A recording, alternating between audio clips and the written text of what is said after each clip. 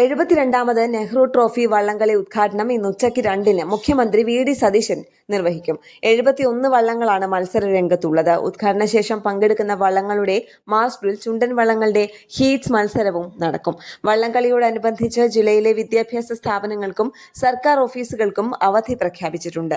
1952 December 27-ന് ആലപ്പുഴയിലെ കായലോരത്ത് ചുണ്ടൻ വള്ളങ്ങളുടെ ആവേശകരമായ മത്സരത്തിന് സാക്ഷിയായ നെഹ്റു ഡൽഹിയിൽ തിരിച്ചെത്തിയ ശേഷം 1953 ജനുവരി 4-ന് രാജ്യത്തെ മുഖ്യമന്ത്രിമാർക്ക് അയച്ച കത്തിൽ ആ അനുഭവം വിശദമായി രേഖപ്പെടുത്തിയിട്ടുണ്ട്.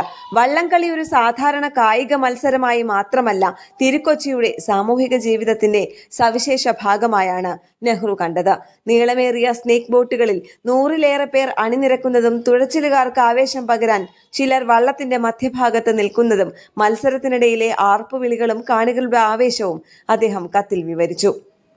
വളരെ കൗതുകകരവും മൂല്യമുള്ളതുമായ ഈ കായിക വിനോദത്തെ പ്രോത്സാഹിപ്പിക്കാൻ കഴിഞ്ഞതിൽ എനിക്ക് സന്തോഷമുണ്ട് എന്നായിരുന്നു നെഹ്റുവിന്റെ നിരീക്ഷണം. ഇന്ന് നെഹ്റു ട്രോഫി വള്ളംകളിയുടെ ഔദ്യോഗിക ചരിത്രവും 1952-ലെ ഈ സന്ദർശനത്തെ നിർണായക നിമിഷമായി രേഖപ്പെടുത്തുന്നു. നെഹ്റുവിന്റെ സന്ദർശനത്തോടനുബന്ധിച്ച് നടന്ന ചുണ്ടൻ വള്ളങ്ങളുടെ പ്രദർശനവും മത്സരവുമാണ് പിന്നീട് നെഹ്റു ട്രോഫിയുടെ ചരിത്രത്തിലേക്ക് വഴി തുറന്നത്. നെഹ്റുവിന്റെ സന്ദർശനത്തിന് പിന്നാലെയാണ് വള്ളംകളിക്ക് കൂടുതൽ ഔദ്യോഗികമായ ഒരു രൂപം ലഭിച്ചത്.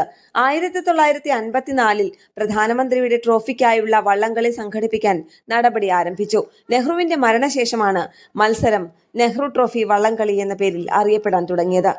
ഒരു പ്രധാനമന്ത്രിയുടെ ഔദ്യോഗിക കേരള സന്ദർശനത്തിനിടെ കണ്ട ഒരു പ്രാദേശിക സമൂഹ കായിക വിനോദം അദ്ദേഹത്തെ ആകർഷിക്കുകയും പിന്നീട് അദ്ദേഹം അയച്ച വെള്ളി ട്രോഫി ആ വള്ളംകളിയുടെ സ്ഥിരം പ്രതീകമായി മാറുകയും ചെയ്തു എന്നതാണ് ഓർമ്മിക്കപ്പെടേണ്ടത്.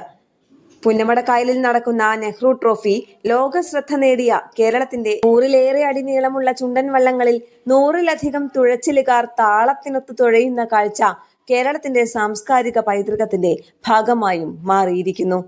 ന്യൂസ് ഡെസ്ക് കേരള പ്രണാമം.